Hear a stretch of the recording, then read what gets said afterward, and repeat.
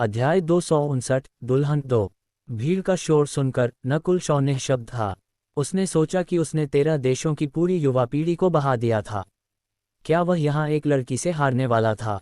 उसने एक हल्की सांस ली और अपनी शालीनता वापस पाए। पीछे हटने का कोई रास्ता नहीं था, इसलिए क्यों न इस योजना को हराने के लिए एक योजना का उपयोग किया जाए। सबसे पहले, सिटी लॉर्ड के शब्दों के खिलाफ नहीं जाया जा सकता था। दूसरा, वह देखना चाहता था कि क्या वह वही थी। सफ़ेद कपड़े पहने माधुरी ने रुचि के साथ कहा, मास्टर नकुल दूर से आए हैं। इससे माधुरी खुश महसूस करती है। जब तक तुम माधुरी को हरा सकते हो, अगर तुम मुझे देखना चाहते हो तो क्या होगा? मैं तुम्हें अपना सब कुछ देने को तैयार रहूंगी। माधुरी की आवाज़ में चंचलता का एक स्पर्श था जिसके कारण भीड़ हंसी से गूंज उठी। किसी को विश्वास नहीं था कि छठे आकाश का एक युवक माधुरी को हरा सकता है। चुनौती देने वालों में नकुल शॉ की खेती को सबसे निचले स्तर पर कहा जा सकता था। माधुरी को लड़ने के बाद नकुल शॉ को भी यह स्वीकार करना पड़ा कि दोनों के बीच एक बड़ा अंतर था। अगर यह जीवन मृत्यु की लड़ाई होती तो नकुल शॉ को विश्वास था कि वह बिना चोट के पीछे हट सकता है और यहाँ तक कि स्थिति को पलट भी सकता है। लेकिन अभी यह एक आमने सामने का टकराव था। माधुरी, ये युवा पशु प्रशिक्षक टाइगर परिवार का सम्मानित अतिथि है। उसकी उम्र और खेती तुमसे कम है। क्या तुम अपनी खेती को दबा सकती हो? फ्लडिंग लेक सिटी लॉर्ड ने अचानक कहा। जैसे ही उसने ये कहा, भीड़ एक बार फिर चर्चा में टूट गई। इस युवा पशु प्रशिक्षक की किस तरह की पृष्ठभूमि थी कि सिटी लॉर्ड उसे अलग तरह से देख रहा था। यह, जैसा पिताजी चाहते हैं, माधुरी अपनी खेती को 7वें आकाश तक सीमित कर देगी। माधुरी की आंखें तन गईं क्योंकि उसने नकुल शॉ की ओर देखा, लेकिन जल्द ही सामान्य हो गईं। उसने स्पष्ट रूप से नकुल शॉ को एक सच्चा प्रतिद्वंद्वी नहीं माना था। ताकत के मामले में नकुल शॉ पहले के विरोधियों की तुलना में कहीं अधिक कमजोर था। हालांकि भीड़ में कुछ विरोध था, सिटी लॉर्ड और उसकी बेटी एक समझौते पर पहुंच गए थे, इसलिए इससे कोई फर्क नहीं पड़ा। इसके अलावा उनकी आंखों में भले ही माधुरी अपनी खेती को 7वें आकाश तक दबा दे, वह नकुल शॉ को नष्ट कर सकती थी। ये सुनकर नकुल शॉ लगभग जोर से शाप देने वाला था। सिटी लॉर्ड उस पर आसान क्यों हो रहा था? अगर माधुरी ने अपनी खेती को 7वें आकाश तक दबा दिया तो नकुल शॉ के जीतने की संभावना 50% तक पहुंच गई, और अगर वह पीछे हटता तो यह निश्चित रूप से सिटी लॉर्ड की उग्र आंखों से नहीं बच पाएगा। लेडी माधुरी को इतना विनम्र होने की ज़रूरत नहीं है। मैं तुम्हारी अबाधित शक्ति देखना पसंद करूंगा ताकि अगर मैं हार भी जाऊं तो मैं विलाप या कराऊंगा नहीं। नकुल शॉ ने तुरंत इनकार कर दिया। माधुरी मुस्कुराए और नकुल शॉ को एक उच्च समीक्षा दी। अगर यह कोई और युवक होता तो वे शायद इस बात से प्यार करते कि वह अपनी खेती को दबा रही थी। उन्हें न केवल एक सुंदरी मिलेगी, बल्कि वे सिटी लॉर्ड के दामाद भी बन जाएंगे। शुरू करो, एक उज्ज्वल आवाज़ सुनाई दी। बोलने वाला व्यक्ति सच्ची आत्मा क्षेत्र में था। जैसे ही शब्द समाप्त हुए, नकुल शॉ ने अपनी कमर पर एक चांदी के बैग पर हल्के से थप्पड़ मारा और आसमानी तीव्र निगल को बुलाया। आसमानी तीव्र निगल ने चीख मारी और एक आसमानी धुंधलेपन में बदल गया जो माधुरी की ओर भागा। गति के मामले में आसमानी तीव्र निगल 7वें आकाश के बीच शिखर पर था, और नकुल शॉ के नियंत्रण में निगल के हमले के रास्ते सभी उत्तम थे। नकुल शॉ पीछे हट गया और खुद और माधुरी के बीच एक स्वस्थ दूरी बनाए रखी। इस क्षण वह पशु प्रशिक्षक के तरीकों का उपयोग करके लड़ने जा रहा था। माधुरी हल्के से चिल्लाए और आसमानी तीव्र निगल की ओर हरे रंग की लकीरें भेजीं। नकुल शॉ का भाव हिल गया। माधुरी के हमले हवा के बीच में मुड़ सकते थे। चपलता का ये स्तर 7वें आकाश की सीमाओं को पार कर गया था। आमतौर पर केवल सच्ची आत्मा क्षेत्र वाले ही ऐसा कर सकते थे। भले ही माधुरी की खेती को 7वें आकाश तक दबा दिया गया था, उसकी अंतर्दृष्टि और कौशल अभी भी बने रहे। जो कुछ हुआ वह यह था कि शक्ति आधे से कम हो गई थी। बूम! आसमानी तीव्र निगल ने अपने पंख फड़फड़ाए और सफलतापूर्वक माधुरी के हमले को रोक दिया। यह एक पल के लिए रुक गया और फिर माधुरी की पीठ की और तेजी से चला गया। आसमानी तीव्र निगल बेहद चपल था और उसमें एक इंसान की बुद्धिमत्ता लगती थी। हालांकि माधुरी की खेती को दबा दिया गया था, वह अभी भी निगल को गंभीर नुकसान पहुंचा सकती थी। हालांकि नकुल शॉ के पक्षी को नियंत्रित करने के साथ निगल की गति, चपलता और हमला अपनी अधिकतम तक पहुंच गया था और हर बार बच सकता था। कुछ समय तक वार का आदान प्रदान करने के बाद दर्शकों ने युवा पशु प्रशिक्षक को एक अलग रोशनी में देखा। नकुल शॉ का भाव गंभीर था। माधुरी के कार्य सभी लापरवाह थे और उसने अभी तक अपनी पूरी सच्ची शक्ति का उपयोग नहीं किया था। उसने अभी तक ज़ैड बालों का ब्रश इस्तेमाल नहीं किया है। नकुल शॉ की आंखें चमक उठीं और उसके हाथ में एक गहरा आसमानी धनुष दिखाई दिया। बीच में एक बर्फ कमल का निशान था। लोह और धनुष पर 3 तीर दिखाई दिए। धनुष देखने वाले दर्शकों ने हल्के से मुस्कुराया, आश्चर्यचकित नहीं हुए। धनुष पशु प्रशिक्षकों के लिए उपयुक्त थे क्योंकि उनके पालतू जानवर एक मांस ढाल होंगे जबकि वे दूर से समर्थन करेंगे। बेंग टिल्ड सूप सू। लोह और तीर हवा में तेजी से चले और गड़गड़ाहट के बीच अचानक ध्वनि अवरोध को तोड़ दिया, जिससे एक ठंडा प्रवाह पैदा हुआ जो माधुरी की छोटी खामी की ओर भेदा। जब नकुल शॉ ने लोह और धनुष निकाला तो माधुरी ने पूर्व को कम आंकना बंद कर दिया। नकुल शॉ के लोह और धनुष में बिजली उत्तराधिकार शामिल था और ठंडे प्रवाह पैदा करता था जो प्रतिद्वंद्वी की गति को प्रभावित करेगा। हालांकि लोह और तीर माधुरी को घायल नहीं कर सके, वे उसे विचलित कर सकते थे, आसमानी तीव्र निगल के साथ पूरी तरह से सिंक्रोनाइज कर सकते थे। कम समय में नकुल शॉ माधुरी का सामना करने में सफल रहा। जैसे ही माधुरी के शरीर पर एक छोटी सी खामी दिखाई देती, तीर सीधे उस क्षेत्र की ओर चले जाते और आसमानी तीव्र निगल के साथ सिंक्रोनाइज हो जाते। यह माधुरी सरल नहीं है। मेरी रक्तरेखा शक्ति को छोड़कर मैं अपनी पूरी ताकत का उपयोग कर रहा हूं, लेकिन फिर भी उसकी देखभाल करने में सक्षम नहीं हूं। नकुल शॉ बेहद सतर्क था। श्वा ज़ैड बालों का ब्रश एक बार फिर माधुरी के हाथ में दिखाई दिया और हरी लकीरें बनाई जिसने तीरों के साथ साथ आसमानी तीव्र निगल को भी अवरुद्ध कर दिया, जबकि नकुल शॉ पर एक ही समय में हमला किया। नकुल शॉ की आकृति एक भ्रम की तरह चमक उठी। वह अभी भी लोह और धनुष को फायर करने और तेज गति से यात्रा करते हुए आसमानी तीव्र निगल को नियंत्रित करने में सक्षम था। इसे कहा जा सकता है कि वह एक दिमाग से 3 काम कर रहा था। इतना ही नहीं, नकुल शॉ का हमला और भी मजबूत हो गया। लोह और धनुष और आसमानी तीव्र निगल ने एक दूसरे की पूरी तरह से प्रशंसा की। जब उसकी खेती को 7वें आकाश तक दबा दिया गया तो माधुरी को परेशानी महसूस हुई। अगर मैंने तुरंत अपनी पूरी ताकत का इस्तेमाल किया होता और तुरंत पशु प्रशिक्षक पर ही हमला किया होता तो लड़ाई तुरंत खत्म हो गई होती। माधुरी ने अपने दिल में आह भरी, ये जानते हुए कि उसने दुश्मन को कम आंका था। उसके सामने का युवक एक पशु प्रशिक्षक था जो 6ठे आकाश में था, फिर भी उसमें अर्धचरम आत्मा क्षेत्र के किसी व्यक्ति के साथ वार का आदान प्रदान करने की क्षमता थी। देखने वाली भीड़ ने आह भरी और वाहवाही की। अगर यह जारी रहा तो नकुल शॉ सबसे अधिक सफल होने वाला व्यक्ति होगा।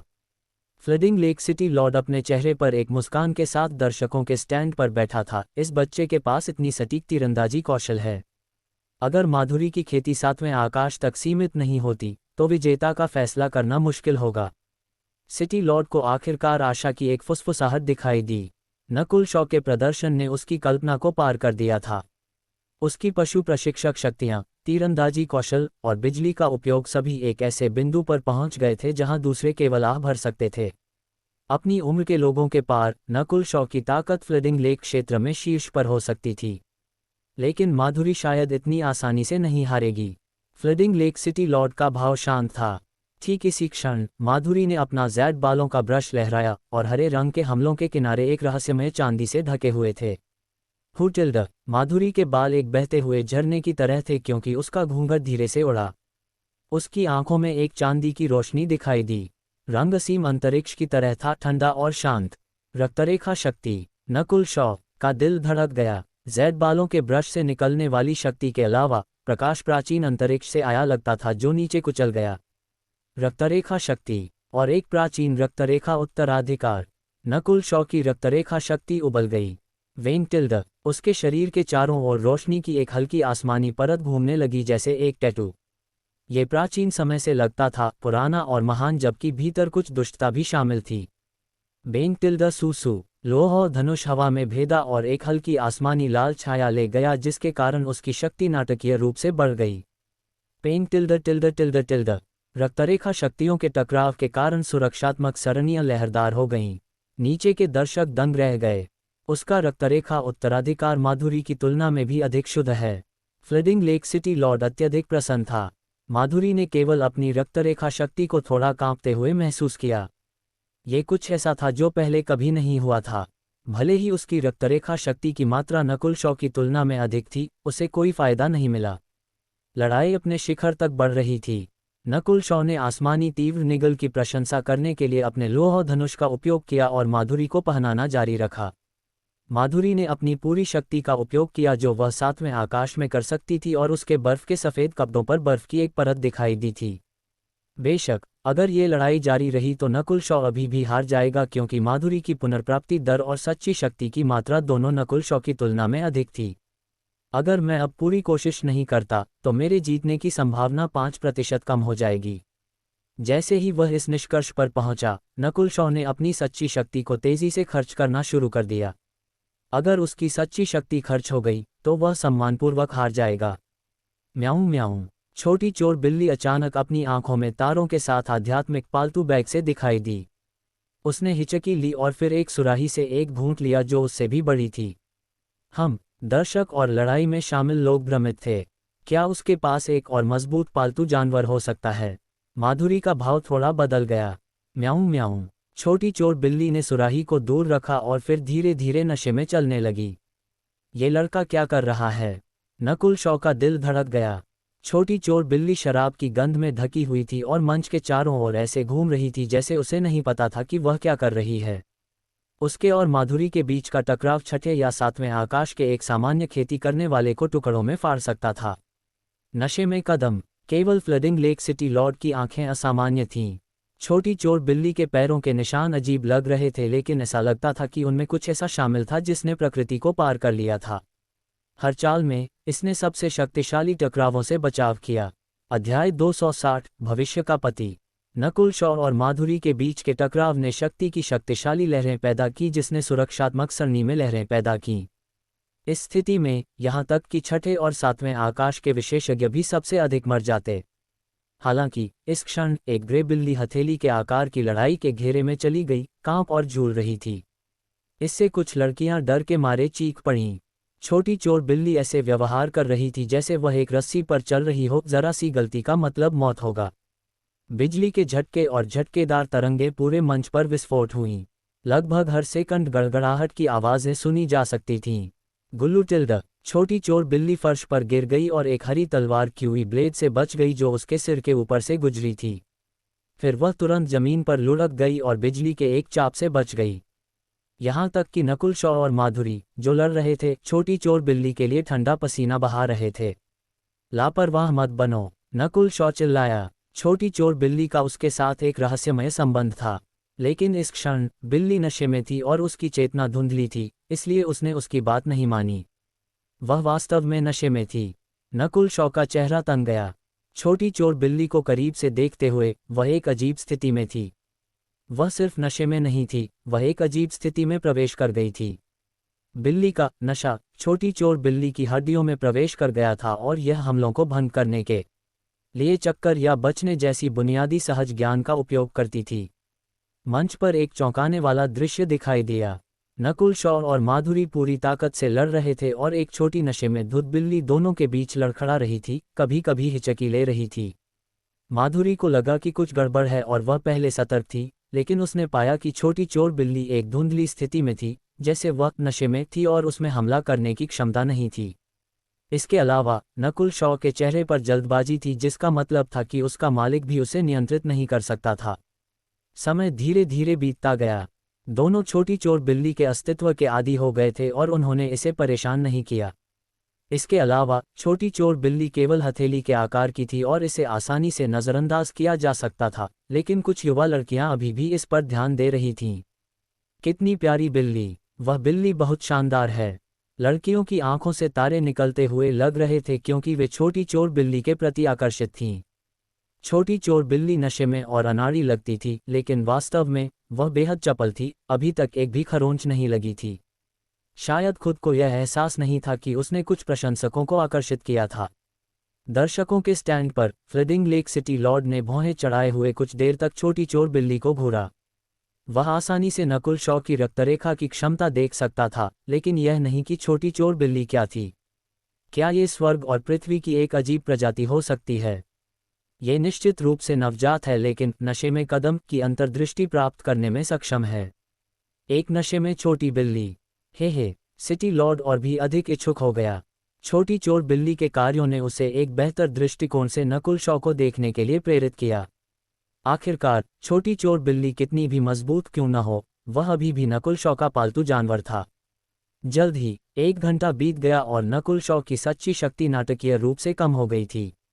वास्तव में उसने किसी भी सच्ची शक्ति को संरक्षित नहीं किया था और इसके विपरीत उसने इसे काफी खर्च कर दिया था। दूसरी ओर माधुरी अभी भी लापरवाह थी। उसके पास अर्धचरम आत्मा क्षेत्र की खेती थी, जिसका मतलब था कि वह अधिक देर तक टिक सकती थी। हाँ, अगर मैं ऐसा ही करता रहा तो मैं हार सकता हूँ, नकुल शॉ ने सोचा। वह जीतना नहीं चाहता था और उसके जीतने की अधिक संभावना भी नहीं थी। इस समय नकुल शॉ की आंखें चमकी क्योंकि उसने माधुरी के चेहरे को ढकने वाले सफ़ेद घूंघट को घूरा। ये लड़की बेहद रहस्यमय है और यात्रा करना पसंद करती है। उसके पास प्रथम बुजुर्ग के समान एक बालों का ब्रश भी है। यहाँ तक कि उसकी उम्र भी अनिश्चित है। उद्धरण चिन्ह। नकुल शॉ की भौहें उठीं। क्या ये माधुरी उस व्यक्ति से संबंधित हो सकती है जिसे वह ढूंढ रहा था, या वह वही थी? अगर मैं उसका रूप देख सकता तो ये कहीं बेहतर होता। नकुल शॉ खुद को सोचने से रोक नहीं पाया, लेकिन जानता था कि यह बेहद असंभव था। वर्तमान स्थिति उसके लिए अच्छी नहीं थी। अगर वे जारी रखते तो उसकी सच्ची शक्ति सबसे पहले खर्च होगी। माधुरी, हालांकि, हर पल अधिक साहसी होती जा रही थी। उसने पूरी तरह से ऊपरी हाथ हासिल कर लिया था। सामान्य परिस्थितियों में जब माधुरी ने अपनी खेती को 7वें आकाश तक दबा दिया था और नकुल शॉ पहले घंटे में अधिक उग्र तरीके से कार्य करता था, तब भी उसके जीतने की एक निश्चित संभावना थी।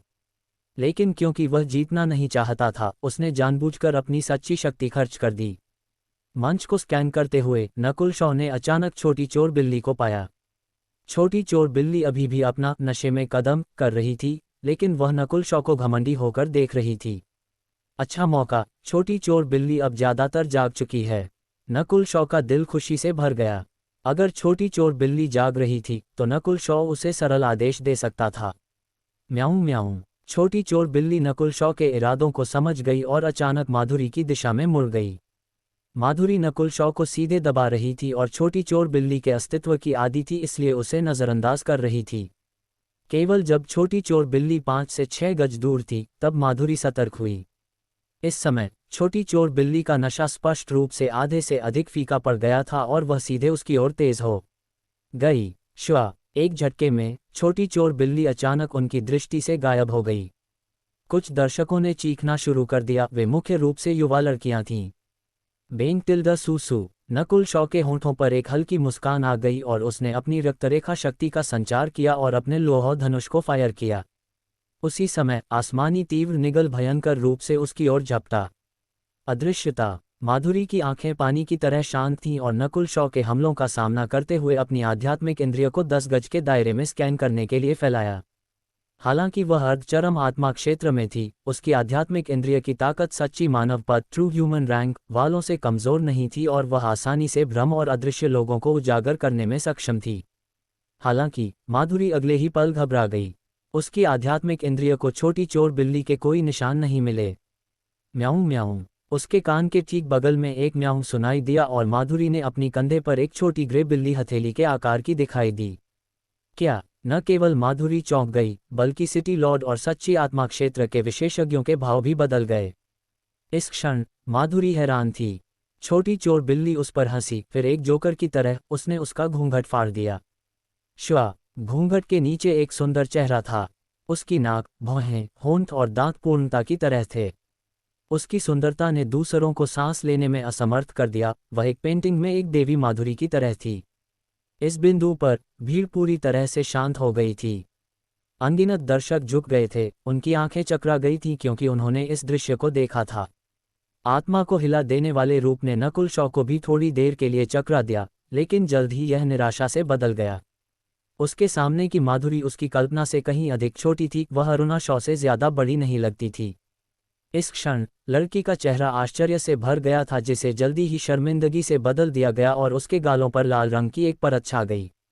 इन कार्यों के माध्यम से कोई बता सकता था कि वह बूढ़ी नहीं थी, लेकिन किसी तरह नकुल शॉ ने माधुरी से गुस्सा और नफरत की भावना महसूस की, क्योंकि बाद वाली उसे जटिल भावनाओं से देख रही थी।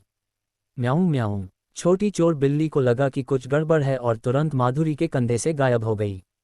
अगले ही पल अर्धचरम आत्मा क्षेत्र की एक शक्तिशाली आभा माधुरी से निकली, क्योंकि उसकी आभा फट गई और उसके बाल हवा में तैर रहे थे।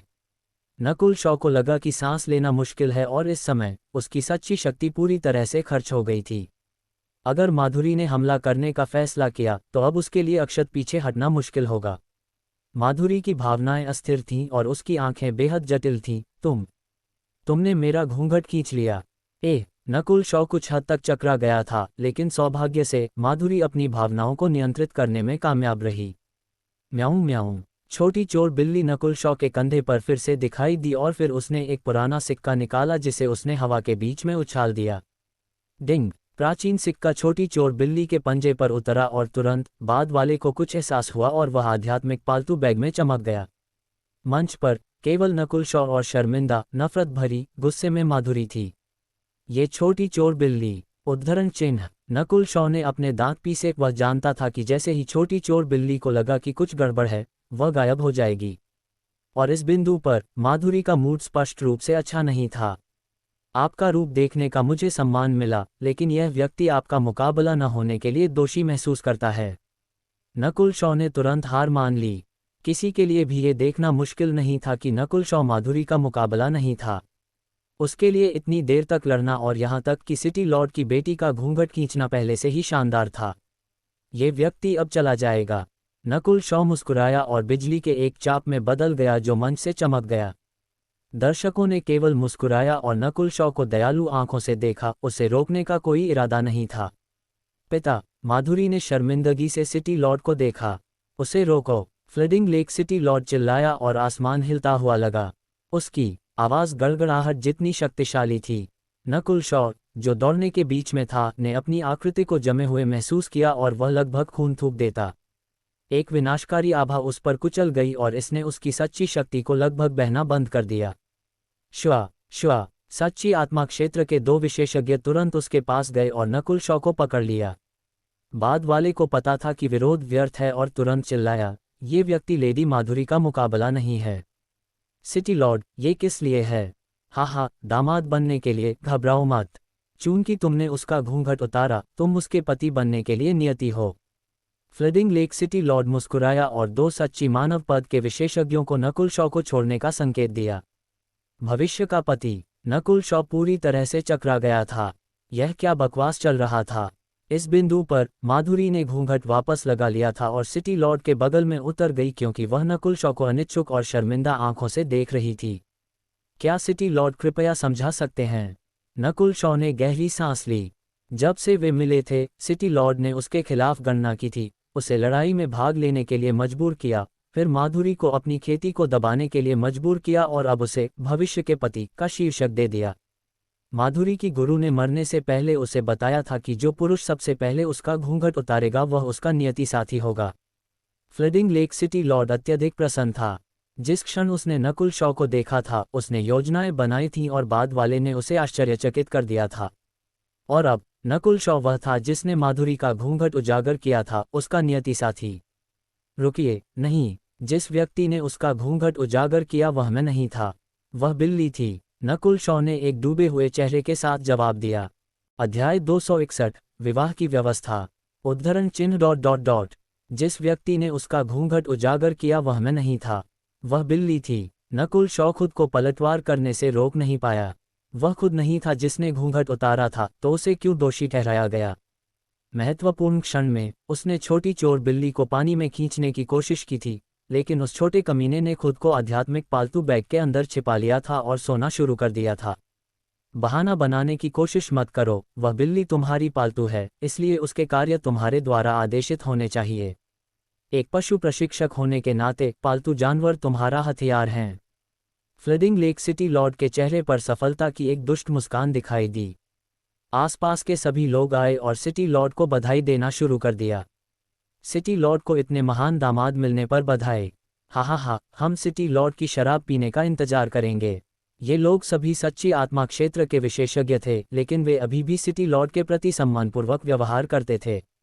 नकुल शॉ को आखिरकार कुछ समझ में आया। Flooding lake. सिटी लॉर्ड यहाँ लगभग सब कुछ नियंत्रित कर रहा था। जब तक सिटी लॉर्ड ये चाहता था, कोई भी असहमत नहीं होगा।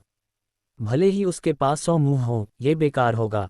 नकुल शॉ के विचार बदल गए और उसने जल्द ही अपनी शालीनता वापस पाई क्योंकि एक योजना मन में आई। अभी के लिए मेरे लिए इस शादी से छुटकारा पाना असंभव है। केवल इसे आगे बढ़ाकर और सिटी लॉर्ड का विश्वास जीतकर ही मुझे भागने का मौका मिलेगा। नकुल शॉ बहुत स्पष्ट रूप से जानता था कि सिटी लॉर्ड से असहमत होना व्यर्थ था। ये टिड्डी से रथ को रोकने की कोशिश करने जैसा था। चूंकि वह असहमत नहीं हो सकता था, इसलिए वह केवल सहमत हो सकता था। नकुल शॉ ने जल्द ही एक असहाय अभिव्यक्ति दी, जैसे उसने वास्तविकता स्वीकार कर ली हो। बच्चे, मेरी बेटी का रूप और प्रतिभा 10,000 मील के दायरे में मिलना मुश्किल है। जब तुम उससे लड़ रहे थे तब भी वह तुम पर आसान हो रही थी। उसका कौन सा बिंदु तुम्हारे लायक नहीं है? फ्लडिंग लेक सिटी लॉर्ड का भाव थोड़ा धुंधला था, क्योंकि उसने अपनी सच्ची आत्मा आभा जारी की, जिससे सच्ची आत्मा क्षेत्र के अन्य लोगों को भी दबाव महसूस हुआ। नकुल शॉ केवल कड़वाहट से मुस्कुरा सकता था। ये कनिष्ठ केवल उसका रूप देखना चाहता था। जहां तक लेडी माधुरी से शादी करने की बात है, ये व्यक्ति नहीं सोचता कि वह योग्य है। ये सुनकर सिटी लॉर्ड शांत हो गया और मुस्कुराया। तुम्हें विनम्र होने की जरूरत नहीं है। इस सिटी लॉर्ड की आंखें अच्छी हैं। आसपास के लोग मुस्कुराए। उनकी आंखों में नकुल शॉ सिटी लॉर्ड की बेटी से शादी करके ऊपर चढ़ रहा था। इस क्षण नकुल शॉ नीचे के युवाओं की ईर्ष्यापूर्ण, जलनपूर्ण और अनिच्छुक निगाहें महसूस कर सकता था। माधुरी की पानीदार आंखें अनिच्छा से भरी थीं। ये स्पष्ट था कि नकुल शॉ उसके मन में आदर्श पति नहीं था। यह इसलिए था क्योंकि नकुल शॉ उससे छोटा था और खेती और ताकत के मामले में उसने उसे बिल्कुल पार नहीं किया। हालांकि फ्लडिंग लेक की युवा पीढ़ी में कोई भी उसकी आवश्यकताओं तक नहीं पहुंच सका। उसका आदर्श पति एक ऐसा पुरुष था जो चमत्कार पैदा कर सकता था, एक अद्वितीय प्रतिभाशाली। और उसके सामने आसमानी बालों वाला एक आंखों वाला युवक रूप, उम्र, खेती या सफलता के मामले में उसकी आवश्यकताओं तक नहीं पहुंचा। हालांकि उसके गुरु ने अपनी मृत्युशैया पर यह कहा था, और यहां तक कि उसका नाम बदलकर माधुरी भी करवा दिया था। उसका मूल नाम माधुरी नहीं था। क्या ये नियति हो सकती है? माधुरी अनिच्छुक थी, क्योंकि उसने अपने नियति साथी को देखा। जितना अधिक उसने उसे देखा, उतनी ही वह कड़वाहट और जटिलता से भर गई। नकुल शॉ ने अब अपनी शालीनता वापस पा ली थी और बिना किसी भावना के बधाई स्वीकार कर ली। आशीष, आज से Nakul Shaw city Lord palace में रहेगा।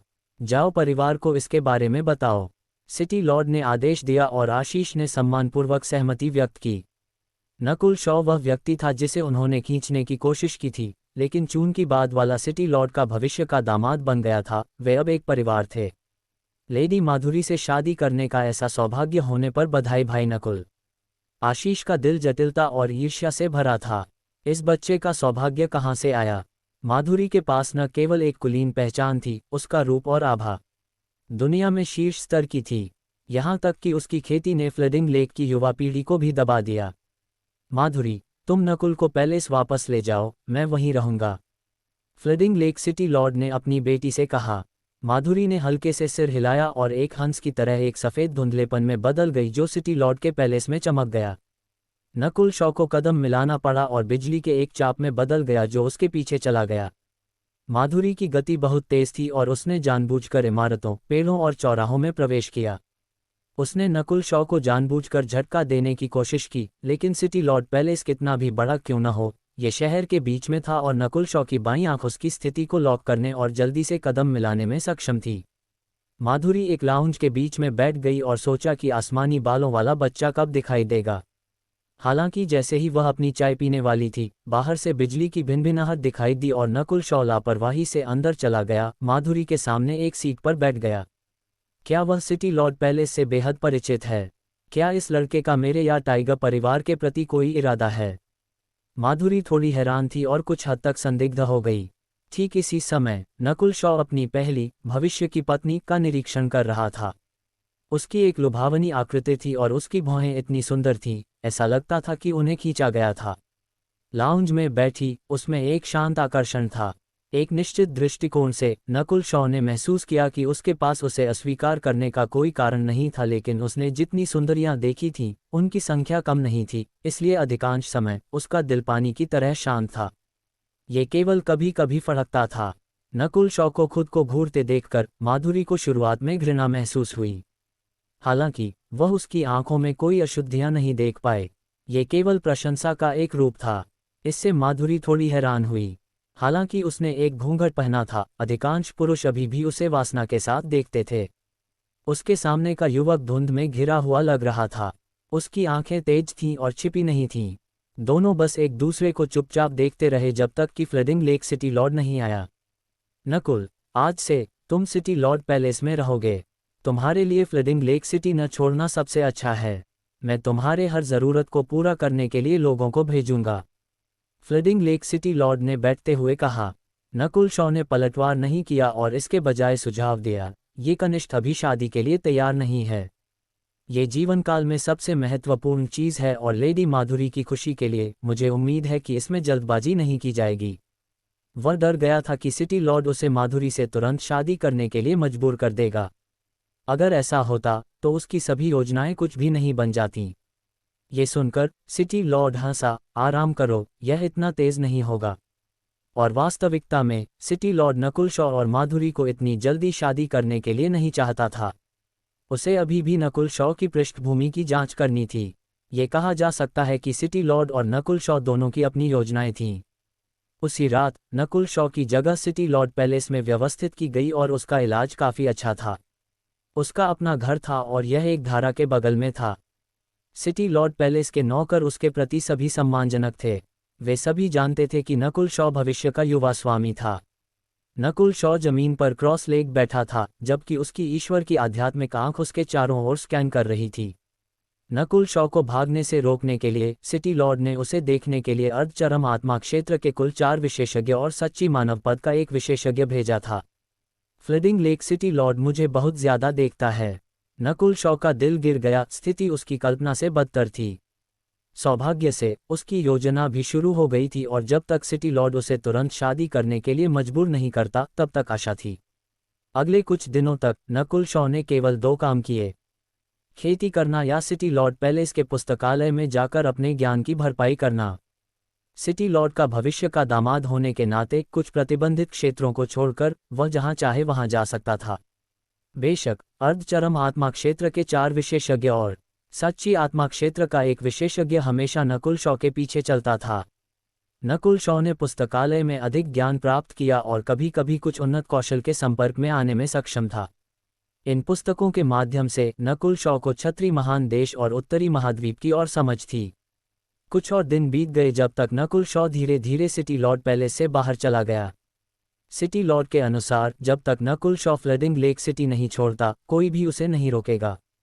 अगर नकुल शॉ इच्छुक था तो वह अपने साथ बड़ी संख्या में गार्ड और नौकर भी ला सकता था। पिछले कुछ दिनों में फ्लडिंग लेक सिटी लॉर्ड ने नकुल शॉ की पृष्ठभूमि का पता लगाया था। वह क्षत्रिय महान देश का मूल निवासी नहीं था और देहात से आया था। ये जानकर सिटी लॉर्ड आराम कर गया। वह सिर्फ चिंतित था कि नकुल शॉ किसी दुश्मन गुट से आया था और टाइगर परिवार के प्रति बुरा इरादा रखता था। और नकुल शॉ की पृष्ठभूमि बेहद साफ थी। वह देश का कोई व्यक्ति नहीं था बल्कि एक ऐसा व्यक्ति था जो गरीब दूर दराज के इलाकों से आया था। उसके और टाइगर परिवार के बीच स्पष्ट रूप से कोई दुश्मनी नहीं थी। इस दिन नकुल शॉ जमीन पर चुपचाप खेती कर रहा था। उसके दिमाग में 3 स्तरों का बिजली उत्तराधिकार दिखाई दिया। 3 स्तरों में से पहला स्तर बेहद उज्ज्वल था। बिजली उत्तराधिकार का पहला स्तर लगभग पूरा हो गया है। नकुल शॉ उम्मीदों से भरा था। बिजली उत्तराधिकार में कुल 3 स्तर थे और अगर कोई तीसरे स्तर के अंत तक खेती करता है तो मूल कोर क्षेत्र ओरिजिन कोर रेल्म तक पहुंचने की एक निश्चित संभावना थी। इससे कोई देख सकता था कि इसे फ्लोटिंग क्रेस्ट पैलेस का सबसे मजबूत उत्तराधिकार क्यों माना जाता था। आखिरकार इस समय सच्चा लॉर्ड पद ट्रू लॉर्ड रैंक एक तरफ का राजा था और मूल कोर क्षेत्र के विशेषज्ञ केवल दंतकथाओं तक ही सीमित थे। इस क्षण नकुल शॉ ने धीरे धीरे एक सांस छोड़ी। उसके पास भागने की कम से कम 80% संभावना थी और यह इसी समय था कि सिटी लॉर्ड ने नकुल शॉ को बुलाया। महान हॉल में सिटी लॉर्ड और माधुरी के अलावा कुछ अन्य महत्वपूर्ण व्यक्ति थे। यहाँ तक कि टाइगर परिवार का प्रमुख भी यहाँ था। सिटी लॉर्ड ने आज नकुल शॉ को क्यों बुलाया था? इसका कारण शादी थी। नकुल शॉ, शादी 6 महीने में तय है, क्या तुम्हें कोई समस्या है? फ्लडिंग लेक सिटी लॉर्ड ने पूछा। कोई नहीं, ये व्यक्ति सिटी लॉर्ड की बात सुनेगा। नकुल शॉ ने वास्तविकता स्वीकार कर ली थी और सिटी लॉर्ड ने संतुष्टि में सिर हिलाया। दूसरी ओर माधुरी थोड़ी निराश थी। उसने कितनी आशा की थी कि नकुल शॉ साहपूर्वक खड़ा होगा और इस प्रस्ताव और सिटी लॉर्ड को अस्वीकार करेगा, हालांकि इससे एक भयानक मौत हो सकती थी। ऐसा लगता है कि वह अन्य पुरुषों जैसा ही है, महिमा, शक्ति, महिलाओं के विचार का विरोध नहीं कर सकता। माधुरी ने अपने दिल में आह भरी। चूंकि नकुल शॉ को कोई आपत्ति नहीं थी, शादी आधे साल में सफलतापूर्वक तय हो गई थी। माधुरी असहाय होकर नकुल शॉ की आधिकारिक भविष्य की पत्नी बन गई और नकुल शॉ की भागने की योजना आखिरकार शुरू हो गई थी। अध्याय 262 आंख की किंवदंती। विवाह की तारीख तय होने के बाद नकुल शॉ और माधुरी एक साथ हॉल से बाहर निकले। रास्ते में नकुल शॉ नहीं बोला और माधुरी के पीछे ऐसे चला जैसे वे एक युगल हों। जैसे ही वे सिटी लॉर्ड की बेटी के स्थान पर पहुंचने वाले थे, माधुरी की आकृति रुकी और उसकी भौहें तन गईं। तुम मेरा पीछा क्यों कर रहे हो? उसका भाव ठंडा था और नकुल शॉ के प्रति उसका प्रभाव और भी कम हो गया था। उन्होंने अभी अभी विवाह की तारीख तय की थी, लेकिन नकुल शॉ पहले से ही इतना अधीर था। जिस तथ्य से उसने उसका पीछा किया, ऐसा लगा जैसे उसके बुरे इरादे थे। बातचीत करते हैं। नकुल शॉ का भाव शांत था। उसने महसूस किया कि सिटी लॉर्ड पैलेस में प्रवेश करने के बाद उसने पहले कभी उससे ठीक से बात भी नहीं की थी। बातचीत। माधुरी ने नकुल शॉ के इरादों को गलत समझा। यह मत सोचो कि तुम जो चाहो कर सकते हो सिर्फ इसलिए कि हमारे बीच शादी है। तुम सिर्फ मेरे मंगेतर हो। कृपया अपना ख्याल रखो। माधुरी ने अपने चेहरे को अपने घूंघट के पीछे ठंडक से छिपा लिया। नकुल शॉ कुछ हद तक हक्का बक्का था और उसने कहा, हम केवल बात करने जा रहे हैं। घूंघट के पीछे माधुरी का चेहरा लाल हो गया। नकुल शॉ का चेहरा भावहीन था और उसकी आंखों में कोई अशुद्धियां नहीं थीं। यह वास्तव में ऐसा लग रहा था कि विपरीत पक्ष केवल बात करना चाहता था। कृपया। माधुरी ने भावहीन होकर नकुल शॉ को मंडप में ले गई, लेकिन अपने भविष्य के पति को बेडरूम में आमंत्रित करने का कोई इरादा नहीं था।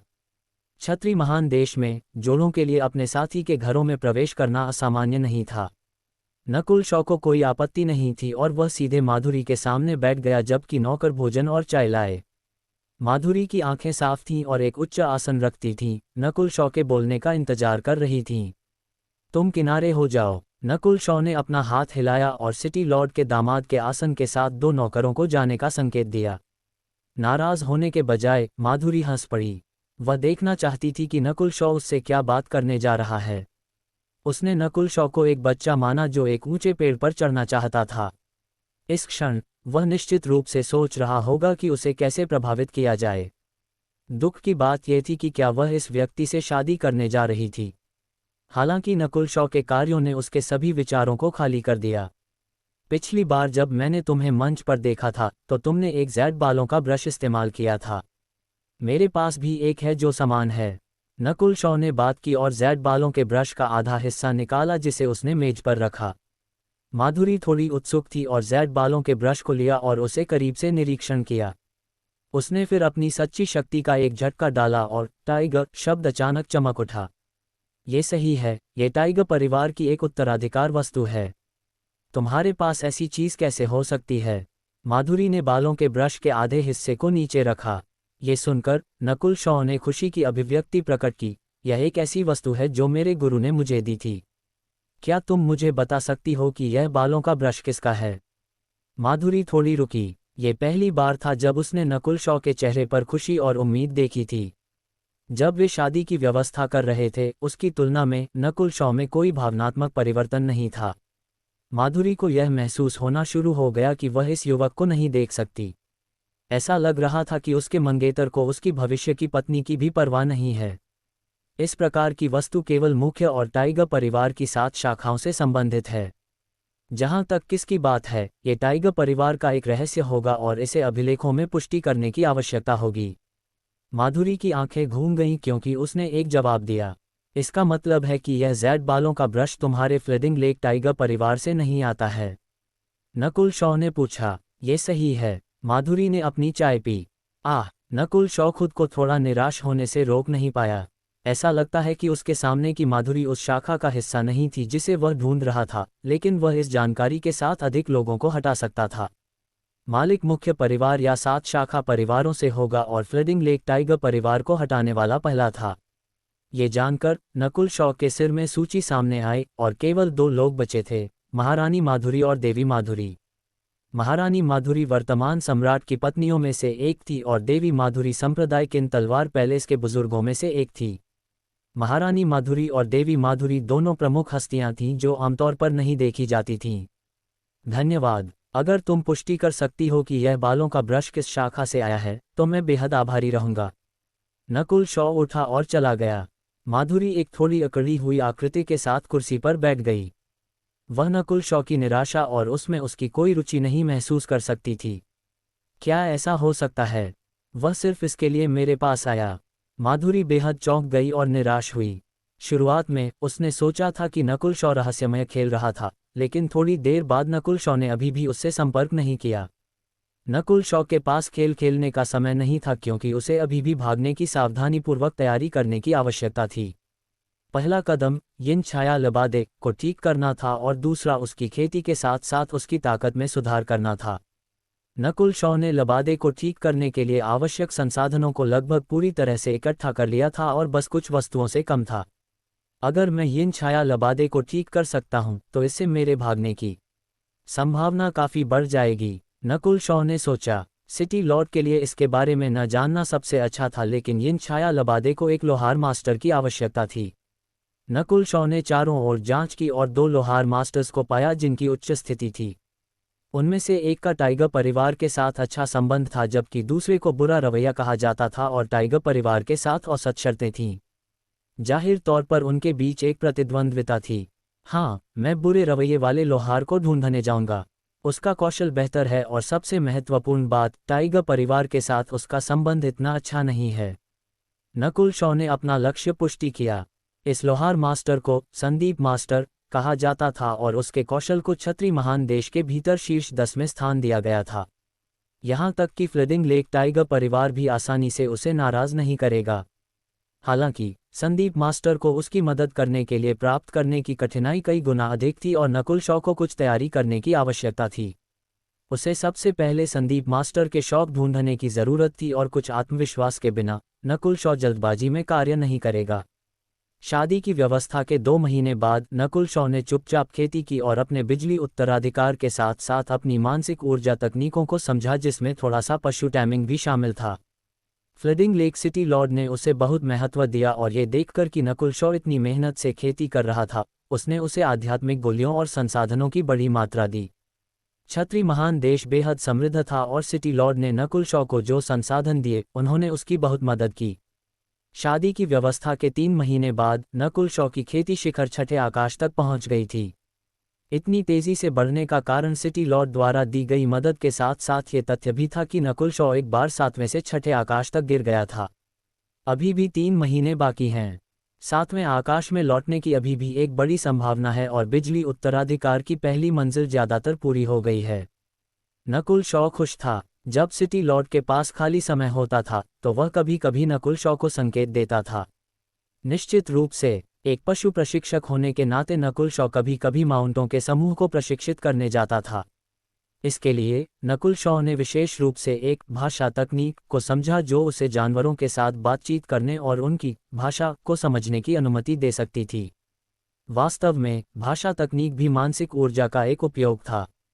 जब तक कोई इस कौशल को सीखता था वे अधिकांश जानवरों से बात कर सकते थे। सिटी लॉर्ड पैलेस में कुछ उड़ने वाले माउंट थे जो सच्ची आत्मा क्षेत्र तक पहुंच गए थे जिनकी सामान्य पशु प्रशिक्षक मदद नहीं कर सकते थे। हालांकि जब नकुल शॉ और छोटी चोर बिल्ली एक साथ गए तो वे सफलतापूर्वक मामले को भंग करने और उनकी मदद करने में सक्षम थे। छोटी चोर बिल्ली को भाषा तकनीक सीखने की आवश्यकता नहीं थी। यह अपनी इच्छानुसार किसी भी जानवर से बातचीत कर सकती थी। धोखे, झूठ और सभी प्रकार के तरीकों का उपयोग करते हुए छोटी चोर बिल्ली और नकुल शॉ ने जल्द ही सच्ची आत्मा क्षेत्र में इन हताश जानवरों की मदद की और बाद वाले के कार्यों ने सिटी लॉर्ड को खुश किया। सबसे महत्वपूर्ण बात यह थी कि नकुल शॉ बेहद पालन करने वाला था और उसने अपनी भविष्य की पत्नी का हाथ भी एक बार नहीं छुआ। माधुरी, उसके प्रति बहुत ठंडी मत रहो, फ्लडिंग लेक सिटी लॉर्ड ने अपनी बेटी से कई बार कहा। माधुरी निःशब्द थी। वह नकुल शॉ के प्रति ठंडी थी लेकिन बाद वाले ने उसके अस्तित्व को नज़रअंदाज कर दिया था। पिता, क्या आप वास्तव में मेरी शादी इस एक आंखों वाले बच्चे से करने जा रहे हैं? माधुरी खुश नहीं थी। सिटी लॉर्ड की आंखों में एक रोशनी चमकी। क्या तुम वास्तव में सोचते हो कि वह एक आंखों वाला है? क्या तुम सोचते हो कि मेरी आंखें इतनी बुरी हैं? क्या ऐसा हो सकता है? माधुरी को लगा कि नकुल शॉ की बाईं आंख में कोई रहस्य है क्योंकि नकुल शॉ सामान्य एक आंखों वाले लोगों की तरह नहीं दिखता था जिनका अव्यवस्थित स्वभाव होता था। इसके विपरीत वह शांत और ठंडा था। इस बच्चे की रक्तरेखा सरल नहीं है। अगर मैं गलत नहीं हूं तो यह एक दुर्लभ आंख रक्तरेखा होनी चाहिए। प्राचीन अभिलेख हैं जिन्होंने कहा था कि महान प्राचीन युग समाप्त होने के बाद 8 ईश्वर आंखें दुनिया के 8 किनारों पर सर्वोच्च शासन करती थीं। सिटी लॉर्ड की आंखों में लालसा दिखाई दी। 8 महान ईश्वर आंखें, क्या आपको लगता है कि उसके पास उनमें से एक थी? माधुरी ने पूछा। असंभव। फ्लडिंग लेक सिटी लॉर्ड ने सिर हिलाया और मुस्कुराया, ये सिर्फ एक किंवदंती है। 8 महान ईश्वर आंखें सभी आंख रक्तरेखाओं के पूर्वज हैं। सभी आंख रक्तरेखाएं इन 8 ईश्वर आंखों से कुछ हद तक संबंधित हैं। भले ही किसी के पास उनकी रक्तरेखा का केवल एक छोटा सा हिस्सा हो, ये कुछ ऐसा नहीं है जिसकी तुलना सामान्य रक्तरेखाओं से की जा सके। क्या इतिहास में कभी 8 महान ईश्वर आंखें दिखाई दी हैं? नहीं, लेकिन कई दसियों हजारों साल पहले आंख रक्तरेखा वाले एक किंवदंती ने स्वर्ग की विरासत उत्तराधिकार खोला था। उनका नाम प्रसिद्ध 3 आंखों वाला स्वर्गीय प्रभु था। किंवदंतियों में वह शून्य भगवान क्षेत्र वॉइड गॉड रेल्म तक पहुंच गया था। फ्लडिंग लेक सिटी लॉर्ड मुस्कुराया। जैसे ही सिटी लॉर्ड और माधुरी बातचीत कर रहे थे, city Lord Nakul Shaw flooding lake city की सीमाओं तक पहुंच गया है। क्या हमें उसे रोकने की जरूरत है? हवा के बीच में अचानक एक छाया दिखाई दी। सीमाएं? क्या वह फ्लडिंग लेक सिटी छोड़ने की कोशिश कर रहा है? सिटी लॉर्ड ने बात की। उसका लक्ष्य संदीप पर्वत लगता है। संदीप पर्वत? हे, क्या वह संदीप मास्टर को खोजने की कोशिश कर रहा है? सिटी लॉर्ड ने एक चंचल मुस्कान प्रकट की।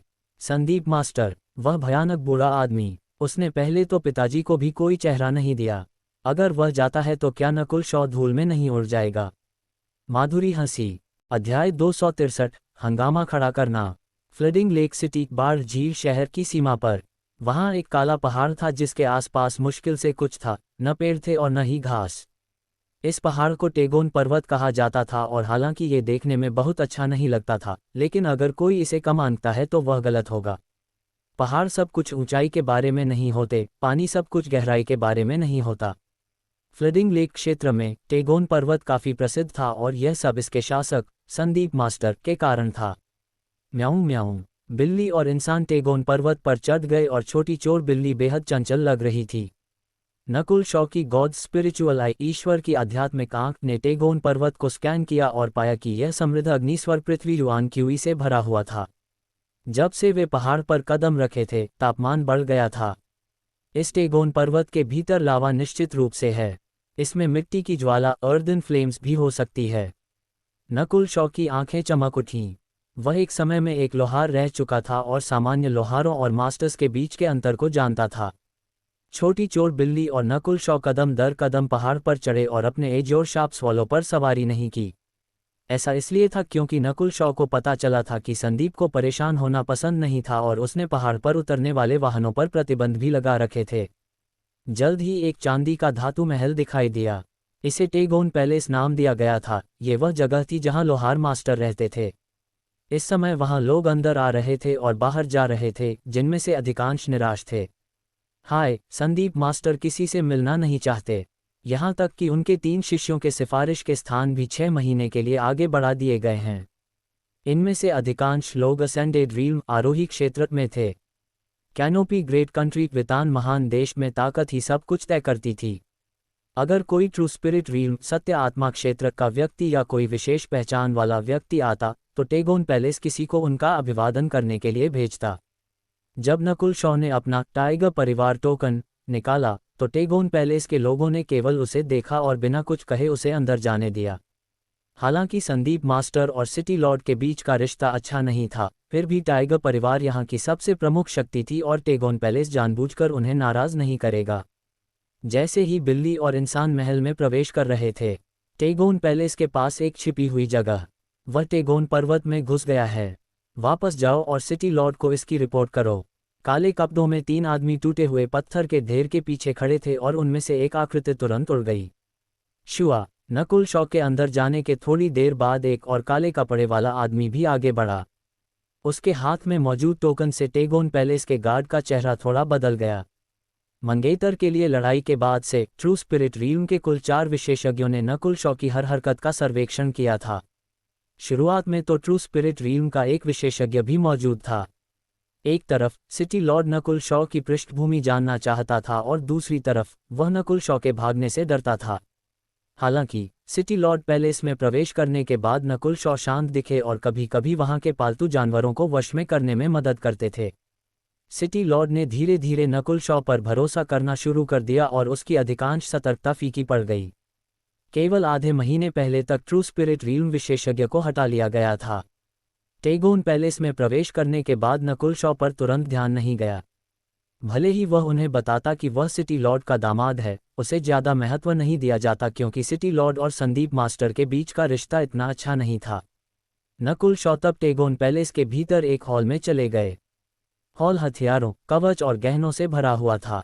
इनमें से कुछ संदीप मास्टर ने खुद बनाए थे जबकि अन्य कुछ शिष्यों ने बनाए थे। ये सभी शीर्ष स्तर के उत्पाद थे जो दूसरों को आहें भरने पर मजबूर कर देते थे। नकुल शॉ ने कुछ वस्तुओं को पलटा और पाया कि संदीप मास्टर के एक भी शिष्य के बनाए उत्पाद ब्रोकन मून क्लैन टूटा चांद वंश वालों से भी बेहतर थे।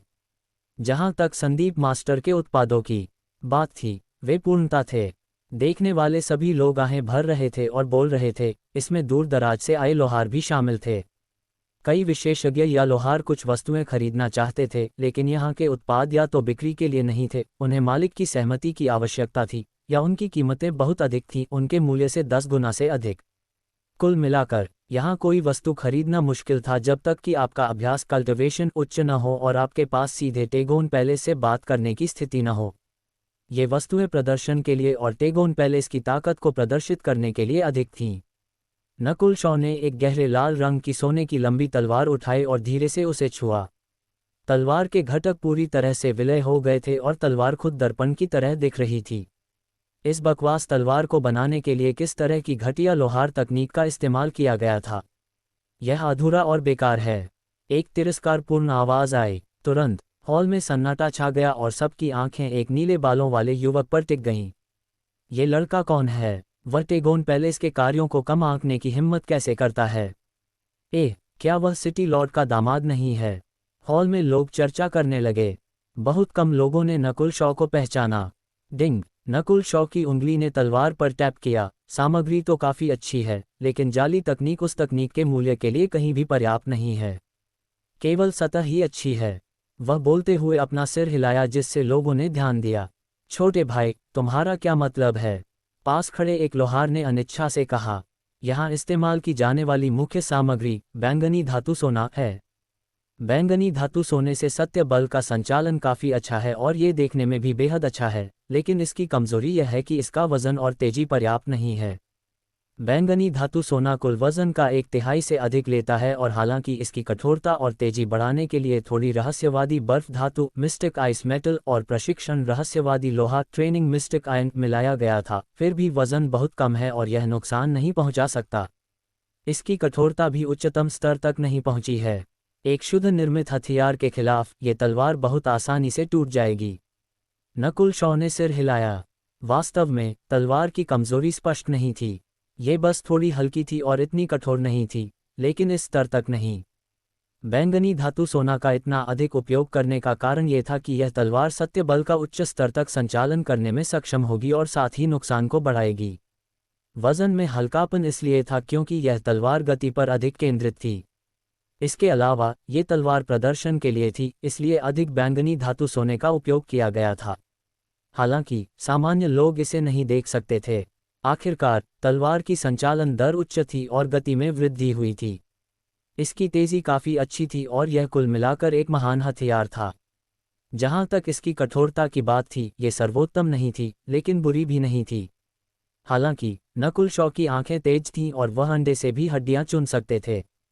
उसकी व्याख्या सुनकर पास के लोहार ने सिर हिलाए बिना नहीं रह सका। वास्तव में यह उतना महान नहीं है। टेगोन पैलेस के उत्पादों को कम आंकने की हिम्मत कौन करता है? टेगोन पैलेस के शिष्य और लोहार गुस्से में अंदर घुसे। हे, तो महान टेगोन पैलेस इतना ज़बरदस्त है। हमें केवल वस्तुओं की तारीफ करने की अनुमति है और इसके नुकसान के बारे में बात करने की नहीं। नकुल शॉ ने ठंडक से हंसते हुए आगे कहा, यह सिर्फ पहला है। कठोरता औसत है और रहस्यवादी बर्फ धातु से बनी है। एक बार जब यह एक अग्नि तत्व हथियार से मिलती है, तो तापमान में विपरीतता के कारण इसका आकार बदल जाएगा और लड़ाई के दौरान दरार भी आ सकती है। रहस्यवादी बर्फ धातु नुकसान बढ़ा सकती है और ढलाई के बाद ये तलवार को दर्पण की तरह चिकना बना सकती है। इस पर खून भी नहीं बचेगा। हालांकि ये सिर्फ दिखने के लिए है, लेकिन वास्तविक लड़ाई के लिए भयानक। पास के लोहार हक्के बक्के रह गए। अगर नकुल शॉ सिर्फ मनगढ़ंत कहानी बना रहे होते तो वे हंसते। हालांकि नकुल शॉ के शब्द सत्य थे और उनकी व्याख्या में ढलाई के बारे में ज्ञान शामिल था। बैंगनी धातु तलवार के नुकसान के बारे में बात करने के बाद नकुल शॉ पास की एक काली चाबुक की ओर चले गए। देखो, ये चाबुक काली ढलाई नर्म लोहे से बनाई गई थी। इस समय भीड़ का ध्यान नकुल शॉ पर केंद्रित था। बाद वाला बोलता रहा और हर हथियार की सामग्री का विश्लेषण करता रहा, क्योंकि उसने उनकी कमजोरियों को बहुत बढ़ा चढ़ाकर बताया। टेगोन पैलेस के लोहारों की आंखें मृत थीं। नकुल शॉ की हरकतें अंडे से हड्डियां चुनने जैसी थीं, लेकिन उसके द्वारा खोजी गई सभी समस्याओं को बहुत बढ़ा चढ़ाकर बताया गया था। वह हर सामग्री को स्पष्ट रूप से कैसे जान सकता है? आमतौर पर केवल मास्टर स्तर के लोग या अनुभवी पुराने लोहार ही एक नज़र में इतना कुछ देख पाते हैं। एक लोहार ने गहरी सांस लिए बिना नहीं रह सका। जल्दी जल्दी जाओ, 3 कोर शिष्यों को बुलाओ। पहले वरिष्ठ भाई एक वस्तु को गढ़ने के लिए एकांत में हैं।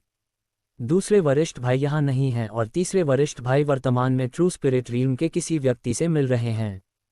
टेगोन पैलेस के लोहार घबरा गए। वे सब नकुल शॉ से डर गए थे और जवाब देने के लिए किसी को बाहर नहीं निकाल पाए। इससे भी ज़्यादा डरावनी बात यह थी कि नकुल शॉ के हाथ में जो वस्तुएं थीं, वे सभी यादृच्छिक रूप से चुनी गई थीं। अगर यह जारी रहा तो टेगोन पैलेस का नाम खराब हो जाएगा। यह आदमी हंगामा खड़ा करने आया है। लोहारों ने गहरी सांस ली और आखिरकार कुछ महसूस किया। क्या हमें उसे बाहर निकाल देना चाहिए? नहीं, उसके पास टाइगर परिवार का टोकन है और वह सिटी लॉर्ड का दामाद भी है। सिटी लॉर्ड और मास्टर के बीच का रिश्ता अच्छा नहीं है। क्या वह सिटी लॉर्ड की इच्छा से यहाँ आया है? हालांकि टेगोन पैलेस में ट्रू स्पिरिट रील्म के विशेषज्ञ थे, वे नहीं जानते थे कि क्या करना है। यह फ्लडिंग लेक सिटी का क्षेत्र था और नकुल शॉ की पहचान अद्वितीय थी। उसके पीछे फ्लडिंग लेक सिटी लॉर्ड था। उन्होंने जल्दबाजी में कार्य करने की हिम्मत नहीं की। इससे भी ज़्यादा महत्वपूर्ण बात यह थी कि नकुल शॉ द्वारा बताए गए सभी बिंदु सही थे और पास के कुछ लोहारों ने सहमत भी थे। अगर टेगोन पैलेस जबरदस्ती नकुल शॉ को बाहर निकालता तो क्या इसका मतलब यह नहीं होता कि वे डरे हुए थे? मेरे टेगोन पैलेस में परेशानी पैदा करने की हिम्मत कौन करता है? एक दहाड़ गूंजी और आसमान से ट्रू स्पिरिट रील्म की एक आभा नीचे उतरी। यह आभा फर्स्ट एल्डर पहले एल्डर की आभा से भी अधिक मजबूत थी और ट्रू मिस्टिक रैंक सत्य रहस्यमय रैंक के बेहद करीब थी।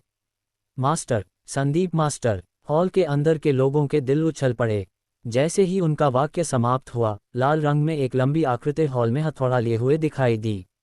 उनके चारों ओर 1 गज ऊंची लपटों का उछाल दिखाई दिया, जिससे वे भयानक लग रहे थे। फ्लडिंग लेक के लोग सभी जानते थे कि संदीप मास्टर एक अशांत स्वभाव के लिए प्रसिद्ध थे और किसी ने भी आवाज़ निकालने की हिम्मत नहीं की। हा, संदीप मास्टर, आप आखिरकार यहाँ हैं। नकुल शॉ अपने दिल में हंसे और धीरे धीरे बोलने से पहले अपने हाथ में रखी वस्तु को नीचे रख दिया।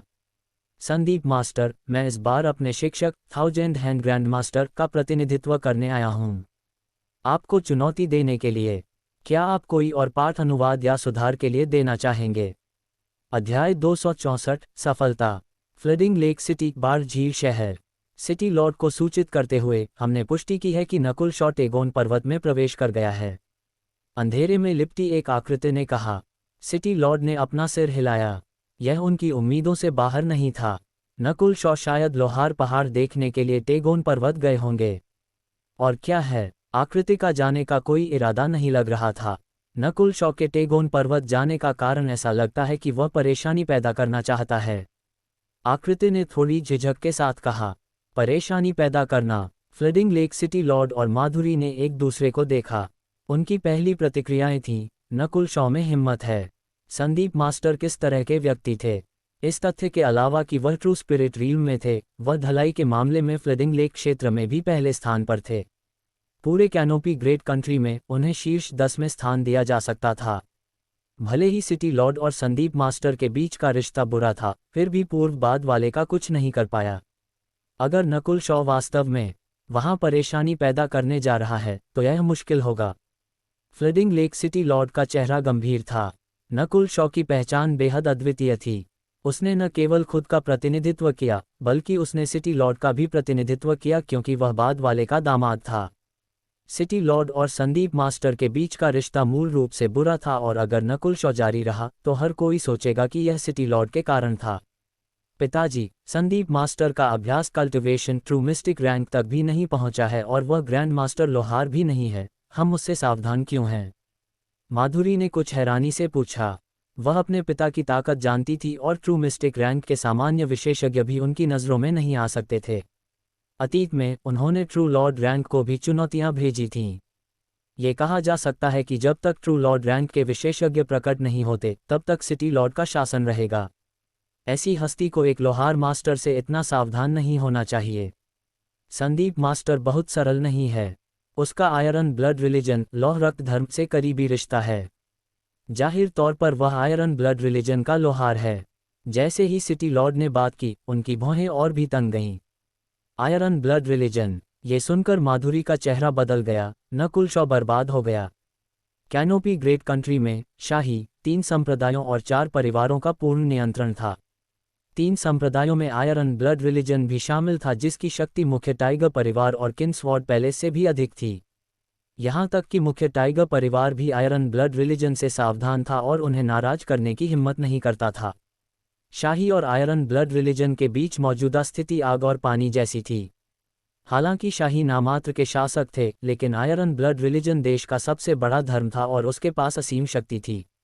नहीं, मुझे खुद टेगोन पर्वत जाना होगा। जैसे ही उन्होंने बात की, फ्लडिंग लेक सिटी लॉर्ड गायब हो गए और सिटी की हवा की आवाज़ सुनी जा सकती थी। मैं भी जाऊंगी। माधुरी की आंखें ठंडक से भरी थीं और थोड़ी खुशी भी थी।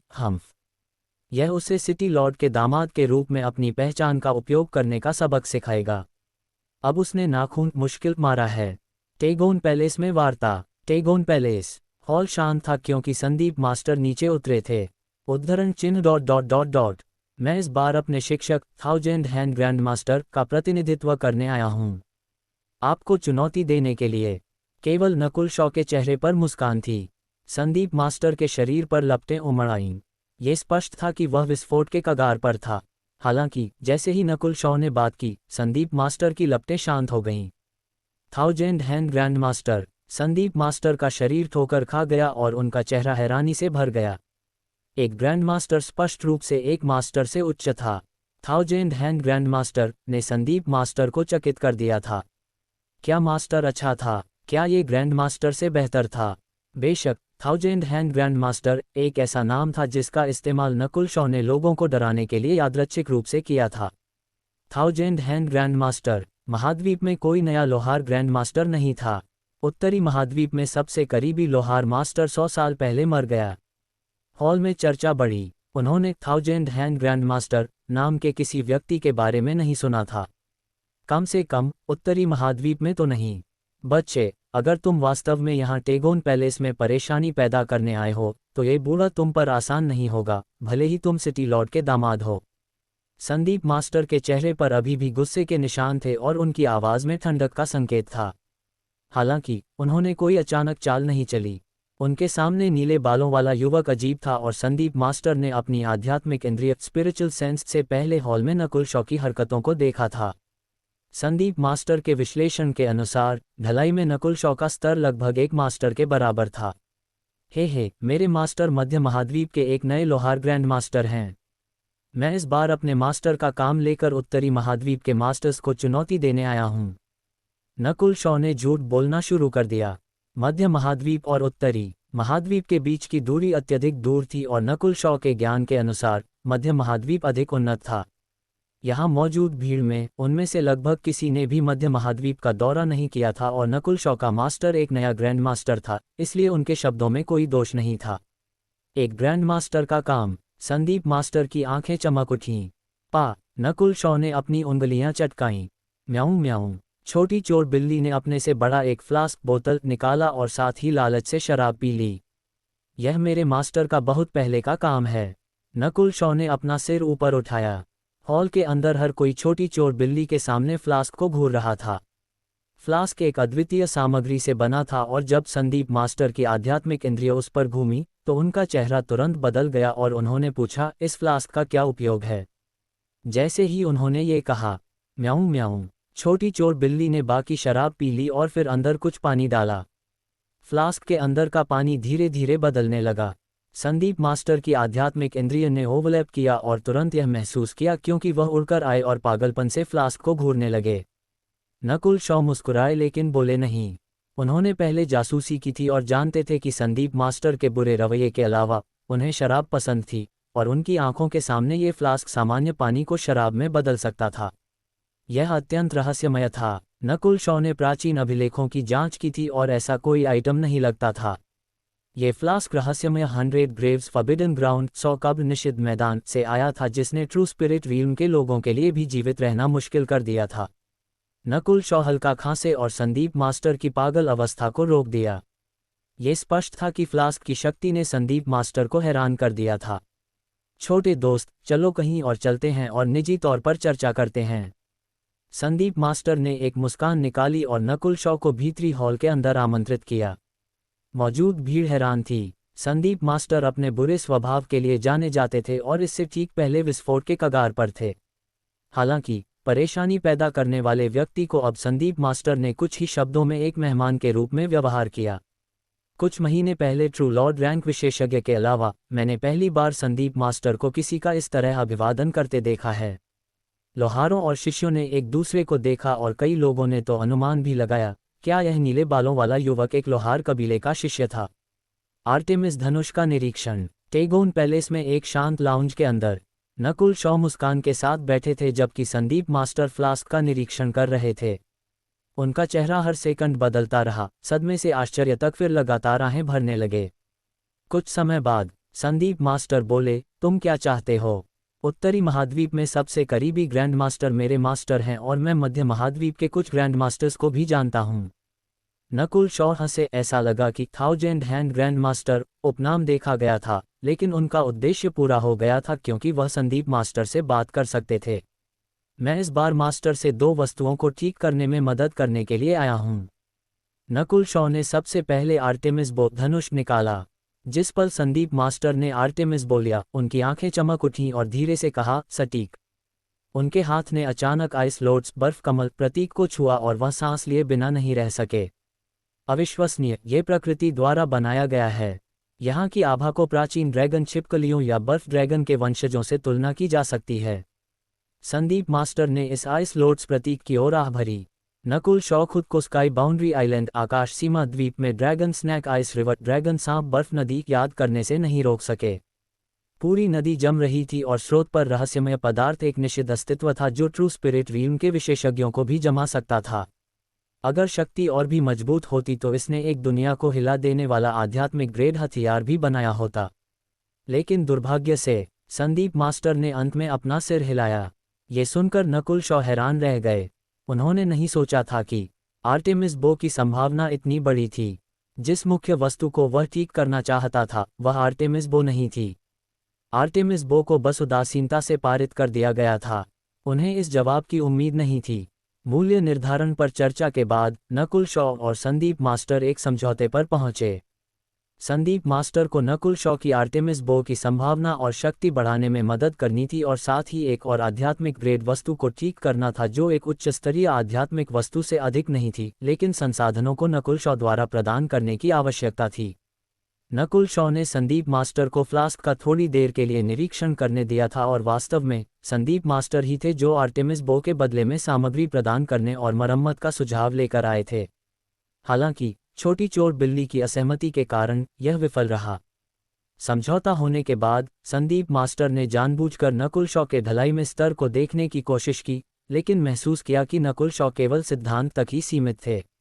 नकुल शॉ की सीखने की क्षमता ने उन्हें दवा, सरणियां और ढलाई को समझने की अनुमति दी क्योंकि गॉड स्पिरिचुअल आई द्वारा सभी ज्ञान को उनके दिमाग में कॉपी कर लिया गया था।